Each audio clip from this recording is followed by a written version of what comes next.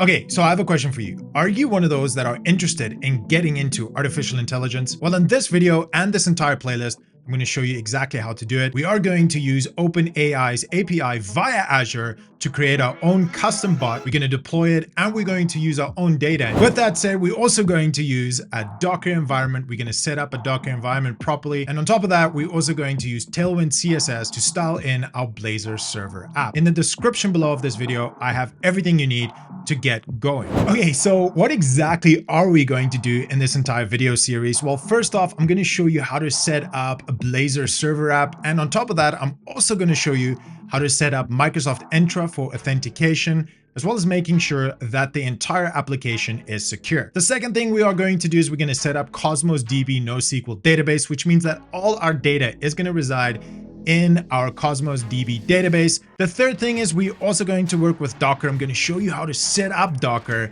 and set up a Docker environment so that everything works properly. And by the way, this includes SSL certificates. I will show you how to set up a development SSL certificate so that you can develop seamlessly. Now, the other items that we also cover in this video series is Node.js, NPM, as well as Tailwind CSS and Webpack. I'll show you exactly how to set this up correctly so that you can have a Blazor Server app running in a Docker environment using Tailwind CSS. Make sure to smash that like and subscribe button. I do post videos like this on a weekly, daily, and monthly basis, but this video series is all about how to set up your own chatbot and how to integrate your own data so that you can ask it specific questions. There's quite a lot of things that I'm going to show, so make sure to stick around. Coming up.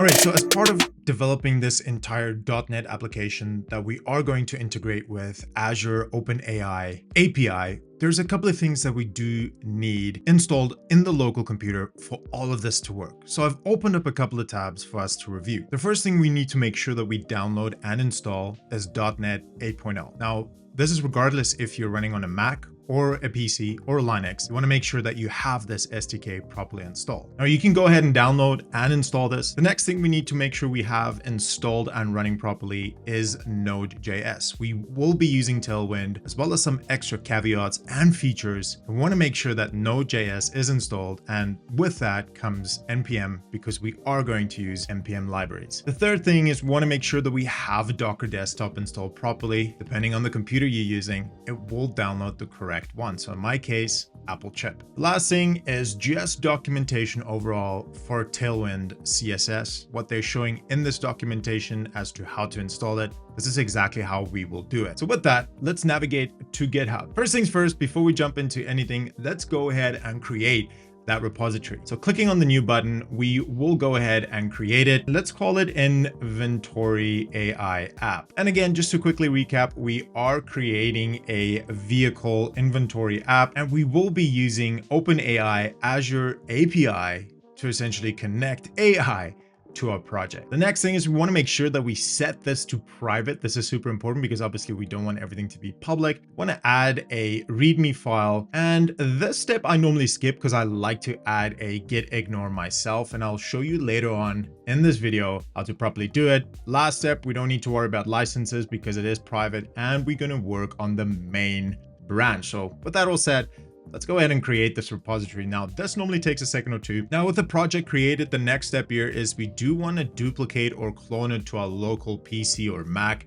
I already have Visual Studio Code up and running. And by the way, if you don't have VS Code, that's another thing that you want to probably download and install. Now, I have a blank VS Code here. When we click on the file structure, you will see that there's literally nothing going on. Now, before we do anything, just make sure that you are signed into your GitHub account. You can do this by looking at the bottom left, and there is options to sign in to your GitHub account. Now, before we go and clone this entire project, which, okay, by the way, it's nothing at this stage, but before we clone anything from GitHub, I quickly want to show you the extensions that I like to use when developing, and specifically the extensions that we will be using for this project. First and foremost, because we are going to code in C#, we are going to use the C# plugin, super powerful, especially for the run and debug mode.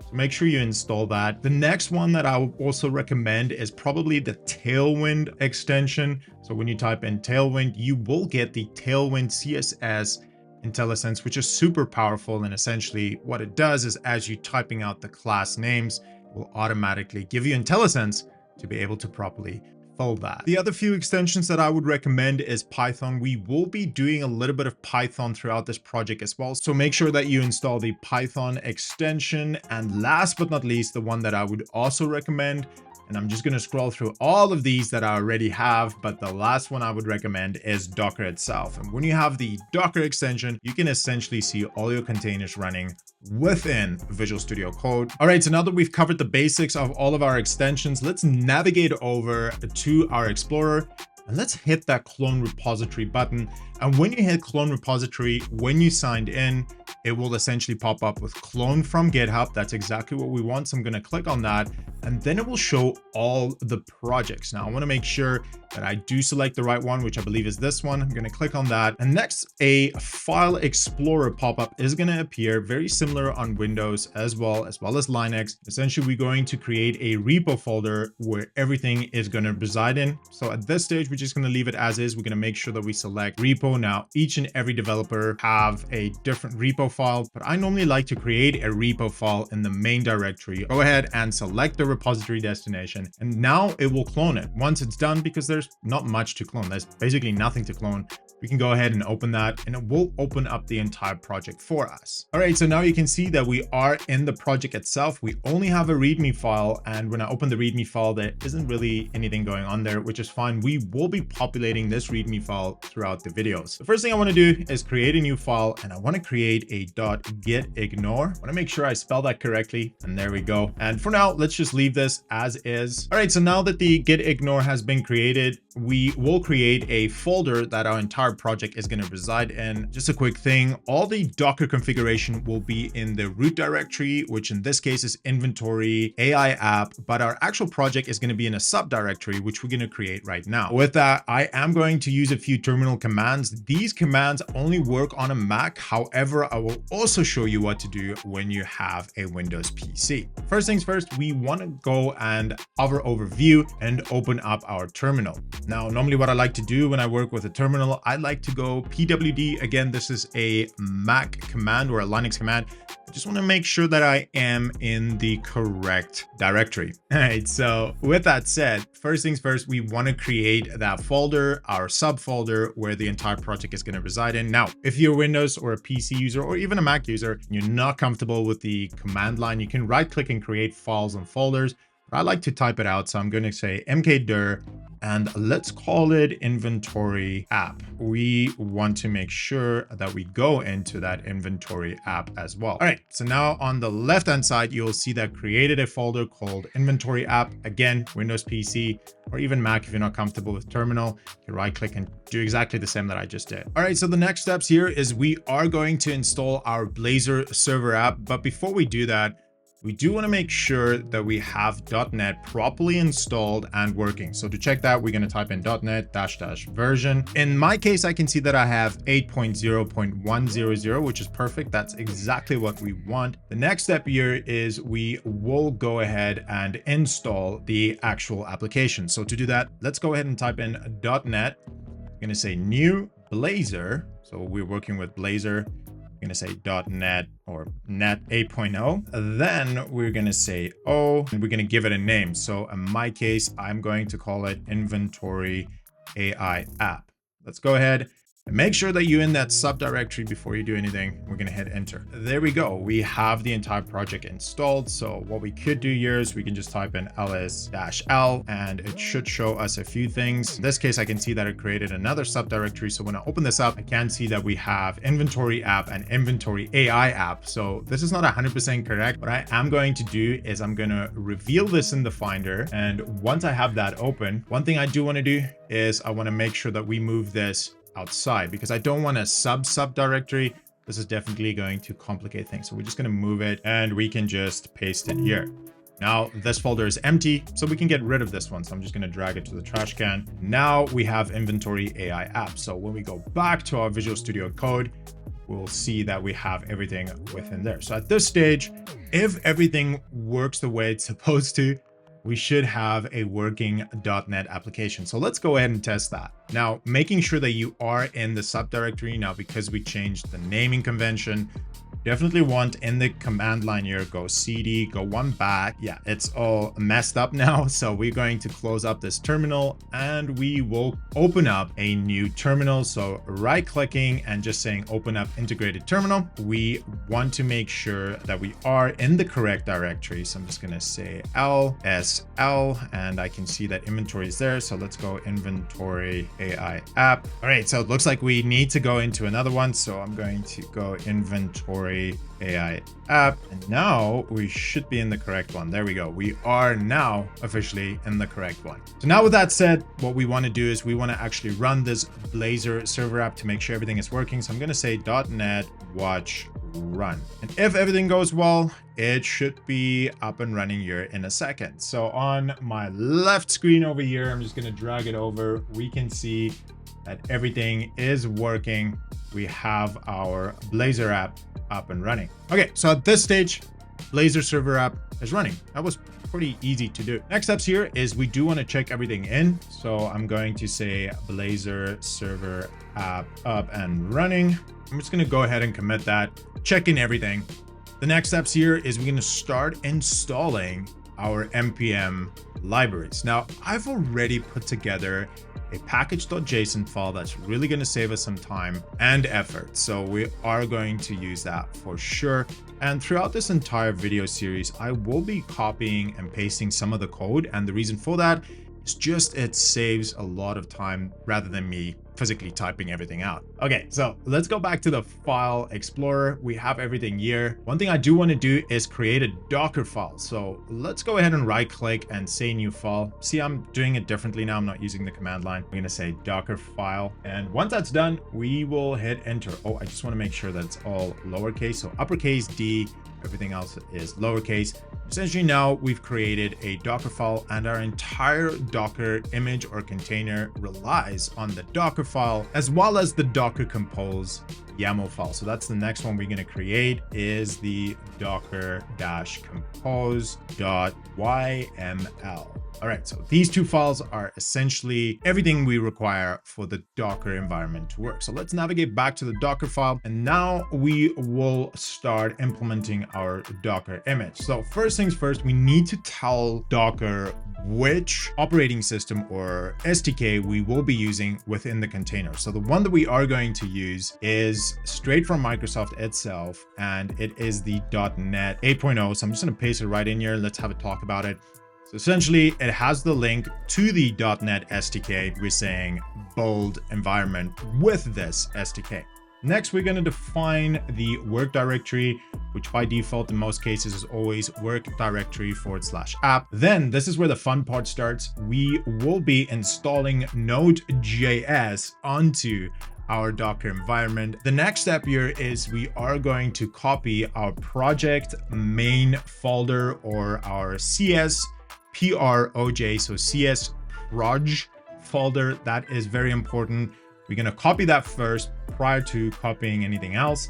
So we can literally just type out copy, and then we want to make sure that we use our subfolder directory, which in our case is going to be inventory AI app / and essentially I want to copy any folder in there that has a CS proj as an extension, because we're only going to have one folder. This is perfectly fine to do. Next thing we want to do is do a run, and the run we want to do is a .NET restore. And there we go. We just copied our CS proj to our Docker environment. The next step is we want to copy everything else. Now, notice that we've copied the project folder first. That is part of Docker's caching system. We want to make sure that that is copied first before we copy anything else. Now we will be copying everything else within our folder. So I'm just going to drop in that comment so that we know what we are doing. Next, we're going to say copy command, and we will be using, I'm just going to get rid of this IntelliSense. I want to make sure I spell this correctly. We will be using inventory AI app, and we will say // Now it will copy everything within our subdirectory file inventory AI app. All right, next steps, we do want to do a npm install and a npm run bold CSS. CSS. Now let's quickly talk about this. When you do an npm install, it essentially looks at the package.json file and it installs all the required dependencies for your project to work properly. Now you'll also notice that I've added npm run bold CSS. Now that's a specific script, and the script that we will be building out, I'll show you how to do that. It's going to be called bold CSS. So we want it to build the CSS prior to actually running the Docker environment. Now, no, we don't have a package.json file at this stage yet. We will be doing that in the next step here. So all means and purposes, when we try and run this Dockerfile now, or Docker container or Docker image, it won't properly work because the files or folders are not there yet. All right, so with that done, the next step here is we are going to do a run.net publish. So I'm just going to drop it in here. Essentially what we are doing is once everything is installed, all the requirements, we have all our files and folders, we are going to do a run.net publish, and we're putting it in specifically debug mode. So at the end, in the next video series, we are going to look at production, and that would change then to production. All right, so final stage here is calling up the Microsoft 8.0 .NET SDK again. We are going to define the work directory again. I like to do this always. And we also want to make sure that we copy the build environment.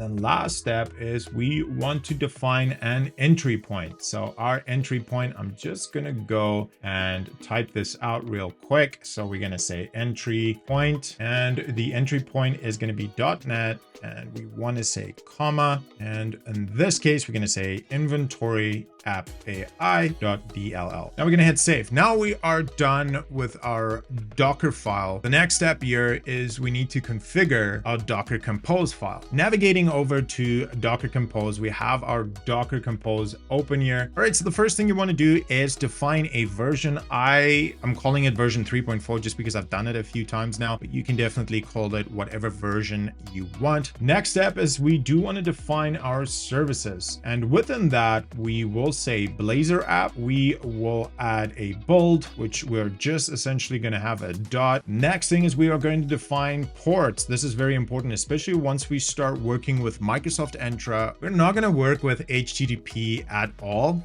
We will be working with HTTPS. All right, next steps, we are going to define our volumes. By the way, in the description below of this video, I do have some of these added, so you can definitely copy and paste from there. The other thing, if something doesn't make any sense to you, drop in the comments below. I'm definitely here to answer your questions. And while you're at it, make sure to smash that like and subscribe button, because I do post videos like this on a daily, weekly, and monthly basis. All right, now that we've defined our volumes, the next step here is we will be defining our environment. So going ahead and typing out environment. With that, start off with ASP core environment, and we want to make sure that that is set to development so that Docker knows that we are working in development mode. The other thing I normally like to add is debugging. So we can add this line for debugging purposes. We also want to set the ASP core URLs, type in ASP.NET Core URLs, HTTPS. We also want to define that HTTP port. In our case, it's going to be 5001. And the last two things is going to be all about your SSL certificate. For this to properly work, we do need a dev SSL certificate. In our case, we will be creating one, but for now, let's just drop in the certificate default. Now you're going to notice that there is a password at the end. You want to make sure that you type in the correct default password for this all to work properly. Also part of that, we do want to add the ASP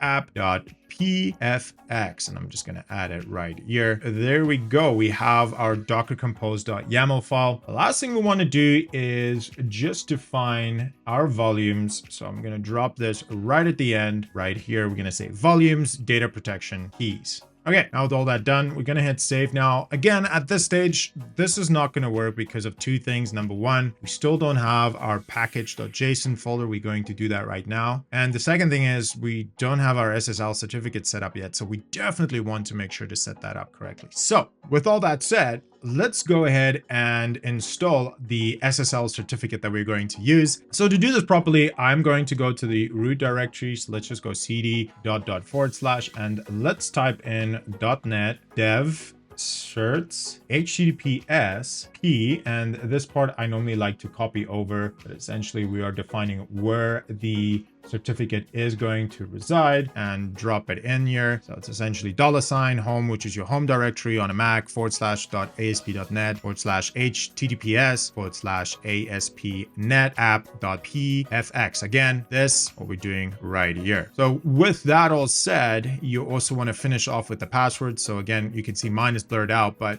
you want to put in a password. Once you've hit that, I'm not going to hit mine because I already have one installed. But once you've done that, it will create a certificate for you that we can use for the Dockerfile. Again, make sure that that password that you have set in the command line here is referenced properly in your Docker Compose YAML file, which is right here. All right, so the next step here, now that we've finished the SSL certificate, is we are going to install Tailwind CSS, and with that, it will create a package.json file, which is super important for our Docker environment because that's one of the things that we are copying over by doing npm install. So I'm going to close everything up. Let's navigate over to the documentation of Tailwind CSS. And over here, you can see that it's essentially saying how to install it. It's saying npm install the Tailwind CSS. And we will be doing this using the auto prefixer. So I am probably going to use post CSS, making sure you're clicking on post CSS because we do want that auto prefixer. So copying this, and we're going to install it into our project. But before we just copy and paste and hit enter, we want to make sure that we are in our sub folder. In our case, again, that is inventory AI app. Make sure we in there. And I always like to do an ls-l just to make sure I am in the correct one. And now we can paste npm install Tailwind post CSS auto prefixer. And that will install all the required items for everything to work. So on the left-hand side, you can see that it created that package.json file, which we do need. It also created a node modules file. Now, here's the important thing is we do want to make sure that we add to our git ignore to ignore the node modules file. Otherwise, you will be checking in a lot of files and folders that is absolutely unnecessary. So I'm just going to add that to git ignore. And when you do that in Visual Studio Code, you're going to see that it grays out node modules. So at this stage, that is pretty good. We do have that set. Next, we do want to create our tailwind.config.js file. To do that, we can use npx tailwind CSS in it. So copying this, going back, dropping that in and hitting enter, making sure again that you are in that subfolder directory. I'm saying that because it's so important. None of this will work if you are not configuring this properly. Okay, so now with all that said, when we go to tailwind.config, we can see we have some base set up here, which is good. When we go to that package.json, you can see that we do have our dev dependencies. Okay, so just a quick thing. In the description below of this video, I do have a pre-made package.json file that we are going to use. So you can click on the link and you can essentially go and copy the code as well. This is just going to save a lot of time. So in that pre-made package.json file, I have all the dev dependencies that we do require for this entire project to work properly. And I'm just going to go and copy and paste it right here. And let's quickly have a talk about it. So I do have Babel core, Babel preset environment. This is quite crucial for when you work with JavaScript. I have the auto prefixer, I have the Babel loader, I have the CSS loader. Now here's the next thing I do have that's also going to be quite powerful. It's the mini CSS extract plugin. And essentially this plugin takes everything and it extracts all of the CSS into needed CSS. I also have the post CSS loader, style loader, Tailwind CSS, Webpack, and Webpack CLI. So if you've copied everything into your package.json folder, you can essentially do an npm install, basically exactly the same as what our Docker would do when we essentially run our Docker. So everything looks like it's working. So at this stage, it looks pretty good. Now let's go back to Tailwind CSS documentation. Let's just have a look at what they say here. Now looking at the documentation, let's work on the content first. In their case, they're talking about HTML and JS. In our case, we're also going to have HTML, but we are going to work with Razor pages. So let's go ahead and open up Tailwind config. You're going to see we have content here, but it's all blank. And essentially what we want to do here is we want to tell it that, hey, listen, we are using HTML pages as well as .razor pages. Do you want to hit save? Make sure that we save that. The next step here is I am going to define a theme right at the top. We're not going to use this theme specifically in this video series, but it's always good to define a default theme. Next, we want to define dark mode. We can basically define dark mode or light mode by just adding it to the modules.export. In this specific video series, we're not going to touch base in light and dark mode specifically for Blazor Server, but drop in the comments below if you want me to create a video about that. Okay, now that we've hit save, we want to add a primary color to our extends. You're going to see that you have theme here. You're going to see that you have extend. And essentially what we're doing here is we are extending. And what we're extending is we're defining a primary color. So I just normally like to define a primary color. You don't have to do this. You can technically use all the pre-made colors or some of the pre-made colors in Tailwind CSS. The last thing I do want to do is a variant and just extend, and we'll definitely look into that later on. All right, so now that we have Tailwind CSS config.js folder created, the next step here is setting up our webpack.config folder. What we can do on a Windows, you can right click and say new file. On a Mac, or if you want to use a terminal, you can essentially say touch webpack.config.js. On the left hand side, you're going to see that it created that webpack.config.js file. Now we're going to add a few things in here. First thing we want to do is want to add a console, creating a few variables. The default variable I'm going to create, as well as the mini CSS extract plugin variable that we are going to create. Essentially, we're going to call it mini CSS extract plugin. We are going to define path, which is going to be our default. Next step here is we want to define our modules.export. Just type in modules export and close that up, add a semicolon there at the end. Then we define our mode, and we are going to work in development. I always like to add a few comments. If you've been following me on YouTube, you would know I always do that. The next step here is we do want to add an entry point. With Webpack, you always have an entry point and an output point. So pasting an entry, essentially what it's saying here is that we have our styles in our styles.css, as well as our custom or our JavaScript, we have in custom.js. But for this to properly work, we would need to go and create folders for that. So right clicking on www, let's go and create that folder. First one we want to create is CSS, and the second one we want to create is JS. So just typing in JS. Then within that, I'm just going to open up an integrated terminal. I'm going to say touch. We can say styles.css, and we can basically go back one cd.js, go into the JS folder. Here we can create custom.js. We probably want to add touch in the beginning, otherwise it's not going to know what we're talking about. All right, on the left hand side, we do have our styles.css as well as our custom.js. So now we have our entry point. So those two files are our entry point for our entire Webpack. Next step here is we do want to create an output point. There we are going to set where the output needs to be. And in this case, it is www.root dist. So again, www.root, create a new folder. I want to type in dist. We just want to create the output folder. It will create the file when we run all of this. Now that said, the last steps here is we do want to create our modules, or we want to define our modules, putting it right in here. We're going to say modules. Just want to close this and add a comma. The last part is we do want to define plugins. If we have any extra plugins, which in our case, we do have it because we are using mini CSS, adding our plugins here. I want to close it, and we do want to add a comma at the end as well. So now we have module as well as plugins. So let's go ahead and populate our modules. Let's open that up. The first thing I do want to do is set a few rules. So let's type in rules. Let's open up the brackets there. Always want to add a comma at the end there. And then we're going to define our first rule set. Essentially our first rule set, I'm going to copy and paste that again in the description below of this video. We do have our .css, and we're using that mini extract plugin, as well as we're using CSS loader and post CSS loader. The next step here is we are going to add the JS part as well, saying .js, exclude node modules because we don't want node modules to integrate with our Webpack. We will be using a Babel loader for our custom .js to work properly. And then last but not least, how we are going to deal with node modules. And that's the last rule set here. Node modules, Babel loader, and we are going to set the Babel preset environment as well. All right, now last step here is just adding to that plugin extension. We want to add new mini CSS, and we want to define end result here, which in our case is going to be bundle.css. The next step here is getting our entire project up and running. All right, so with that, there is one or two things that we do need to add for this to work properly. First things first, we do want to add our Tailwind base components and utilities. So going back to the Tailwind documentation, you'll see that it says here Tailwind base components and utilities. So we're going to copy this. We're going to drop this into our CSS. So essentially just pasting it right there.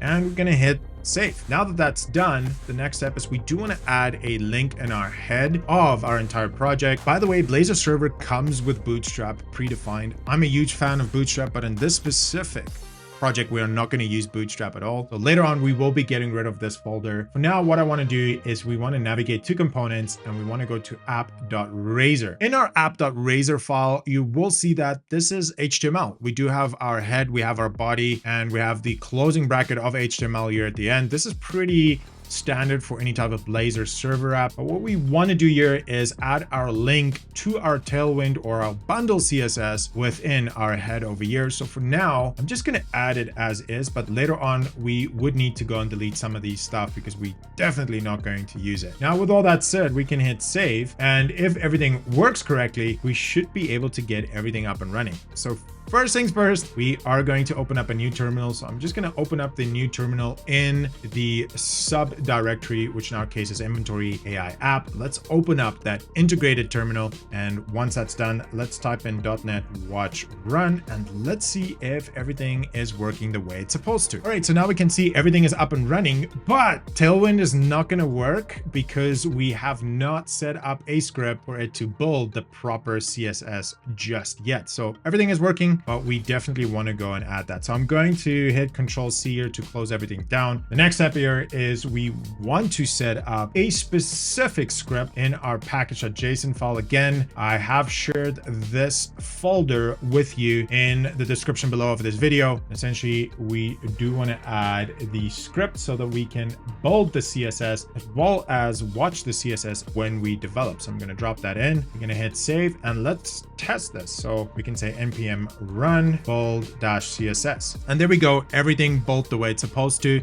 So when we navigate to our CSS, we go to styles, everything is there, which is good. But when we go to this, we go to bundle, everything should be there. So everything should be up and running. Going back to our .NET watch run, we hopefully should see some Tailwind stuff in our Blazor server app. So at this stage, obviously nothing is going to change, but we can definitely inspect element now. Because I'm using a Mac, it is opening up Safari, which I don't personally use. So let's just open this up in a Chrome tab. I'm going to hit inspect. Let's just see if we have any 404. So if this wouldn't have worked, we would get a 404 in the console, which nothing is there, which is good. We're going to sources. Let's have a look. Dist bundle. Everything is there. So for all means and purposes, our Tailwind CSS is up and running, but we will only know for sure once we start using it properly. All right, so now that we know that our app is up and running and you can see here it is running and it's listening to port 5184, we want to close this down and we want to make sure that our Dockerfile is going to work properly. Before we jump into this, make sure that your Docker desktop is running. In my case, it is running, so I can open up the dashboard here just to make sure everything is up and running. And here you can see, so that is very important for this to work. I've sometimes been in a situation where I type in Docker commands and nothing is working. I'm like, why is this not working? And the reason for that is because Docker desktop is not up and running. So first things first, we want to say docker-compose and type in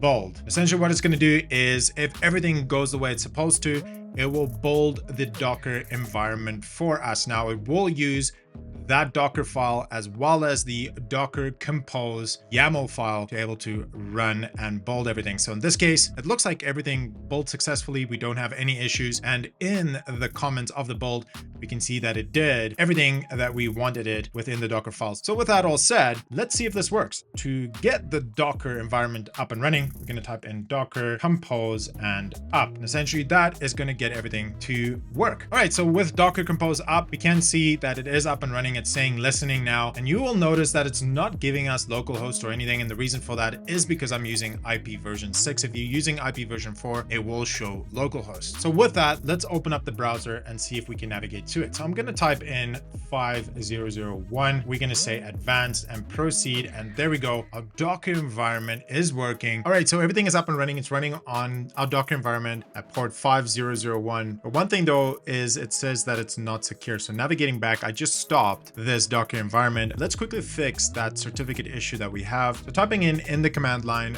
.NET dev cert HTTPS, and we're going to say trust. With that successfully executed, let's go ahead and type in docker compose down, and then I want to type in docker-compose build, and we want to say no cache. And the reason I'm saying no cache is because I want it to be a complete fresh build that we are going to use, and I do that just to make sure that there is no cache that is going to disrupt any of what we've just changed, specifically that of the certificate. Okay, and there we can see that everything has built successfully. So let's type in docker compose up. Now with that up and running, let's navigate back to our browser and let's hit refresh. I'm actually going to close this and let's type in localhost 5001, and there you can see our certificate is all good to go. So now we have everything up and running. Okay, so what's the next steps here? In the next video, I'm going to show you how to set up Microsoft Entra. I'm going to show you how to set up authentication,